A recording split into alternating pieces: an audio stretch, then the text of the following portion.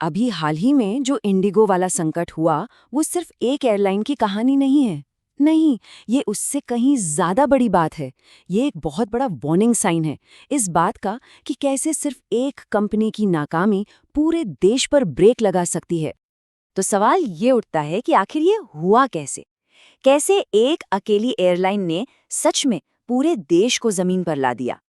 हालात कुछ ऐसे थे, अचानक बिना किसी वार्निंग के फ्लाइट्स कैंसिल होने लगी। एयरपोर्ट्स पर लोगों का सैलाब उमड़ पड़ा। हजारों यात्री दिनों तक फंसे रहे। टिकट के दाम तो मानो आसमान छू रहे थे। और सबसे बड़ी और डराने वाली बात ये थी कि लोगों के पास जाने के लिए कोई दूसरा रास्ता, कोई दूसरा ऑप्शन ही नहीं था। और इस सारी गड़बड़ी की जड़ में है ये एक नंबर, 60%। जी हाँ, भारत के डोमेस्टिक एविएशन मार्केट का 60% हिस्सा अकेले इंडिगो के पास है।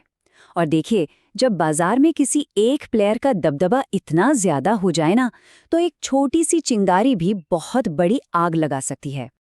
इसीलिए ये जो कुछ भी हुआ, ये सिर्फ एक एयरलाइन का संकट नहीं था। ये एक अलार्म था, एक चेतावनी जो हमें साफ साफ दिखाती है कि कैसे एक कंपनी का लड़खड़ाना पूरे देश को रोक सकता है।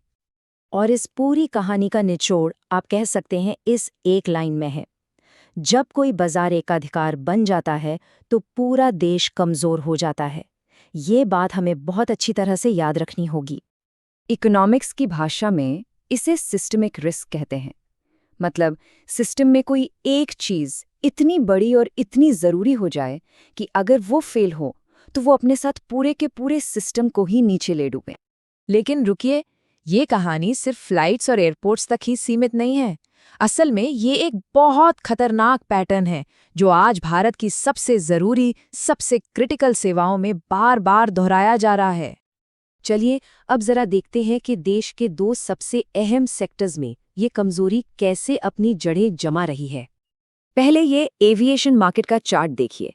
एक तरफ है इंडिगो 60% मार्केट शेयर के साथ, और दूसरी तरफ है बाकी सारी एयरलाइंस जो सब मिलकर भी सिर्फ 40% पर सिमट गई हैं। तस्वीर बिल्कुल साफ है, दबदबा सिर्फ एक का है। और अब जरा इस दूसरे चार्ट पर नजर डालिए। ये है हमारा टेलीकॉम मार्केट, और यहाँ भी कहानी हूबहू वही है। जियो और एयरटेल मिलकर पूरी बाजार पर हावी हैं। वोडाफोन आइडिया अपनी आखिरी सांसें गिन रहा है, और बाकी तो बस नाम के लिए मौजूद हैं। जो चेतावनी हमें एविएशन ने दी, टेलीकॉम उसी खतरनाक रास्ते पर तेजी से दौड़ रहा है। और टेलीकॉम सेक्टर एक टिक टिक करते टाइम बॉम्ब की तरह है। और अगर ये बॉम्ब फटा तो इसका असर कैंसिल हुई फ्लाइट से 1000 गुना ज्यादा विनाशकारी होगा। यहाँ एक कड़वी सच्चाई को समझना बहुत जरूरी है। जब किसी मार्केट में सिर्फ 2 बड़े खिलाड़ी बचते हैं ना, तो वो भले ही कागज पर कॉम्पिटिटर दिखें, पर धीरे धीरे वो एक मोनोपोली की तरह ही काम करने लगते हैं। इसी को ड्यूओपोली कहते हैं। अब जरा एक पल के लिए सोचिए, अगर इंडिगो जैसा ही कोई संकट हमारे फोन नेटवर्क के साथ हो जाए तो क्या होगा? सोचकर भी डर लगता है ना? डिजिटल पेमेंट्स फेल हो जाएंगे, आधार और यूपीआई सिस्टम ठप पड़ जाएगा, बैंकिंग का सारा काम रुक जाएगा, वर्क फ्रॉम होम और ऑनलाइन हेल्थ सर्विसेज पैरालाइज्ड हो जाएंगी। पूरा का पूरा डिजिटल इंडिया जिस पर हम आज इतना निर्भर हैं, वो एक झटके में थम जाएगा। तो बड़ा सवाल ये है कि आखिर ऐसा हो क्यों रहा है? हम इस मोड़ पर पहुंचे कैसे? और इसका जवाब एकदम साफ है। ये कोई मार्केट फेलियर नहीं है, ये एक पॉलिसी फेलियर है।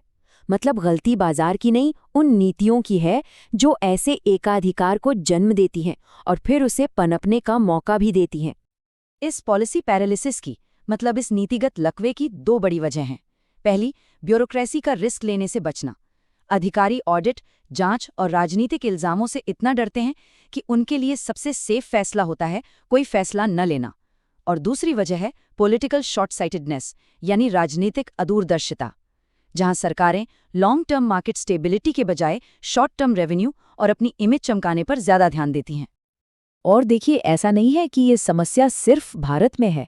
दुनिया हमें पहले ही कई बार चेतावनी दे चुकी है। चाहे वो 2008 का अमेरिकी बैंकिंग संकट हो, 90s में ब्रिटिश रेल का फेलियर हो, या फिर 2021 में टेक्सास पावर ग्रिड का ठप हो जाना। ये सारे उदाहरण हमें यही बताते हैं कि एक मजबूत रेगुलेटरी सिस्टम ऐसे संकटों को आने से पहले ही रोक लेता है। तो सवाल अब ये है कि किया क्या जाए? अच्छी बात यह है कि इस आने वाले संकट को टालने का एक रास्ता भी है, एक रोड मैप है। तो देखिए, आगे बढ़ने के लिए 4 कदम उठाने बहुत जरूरी हैं।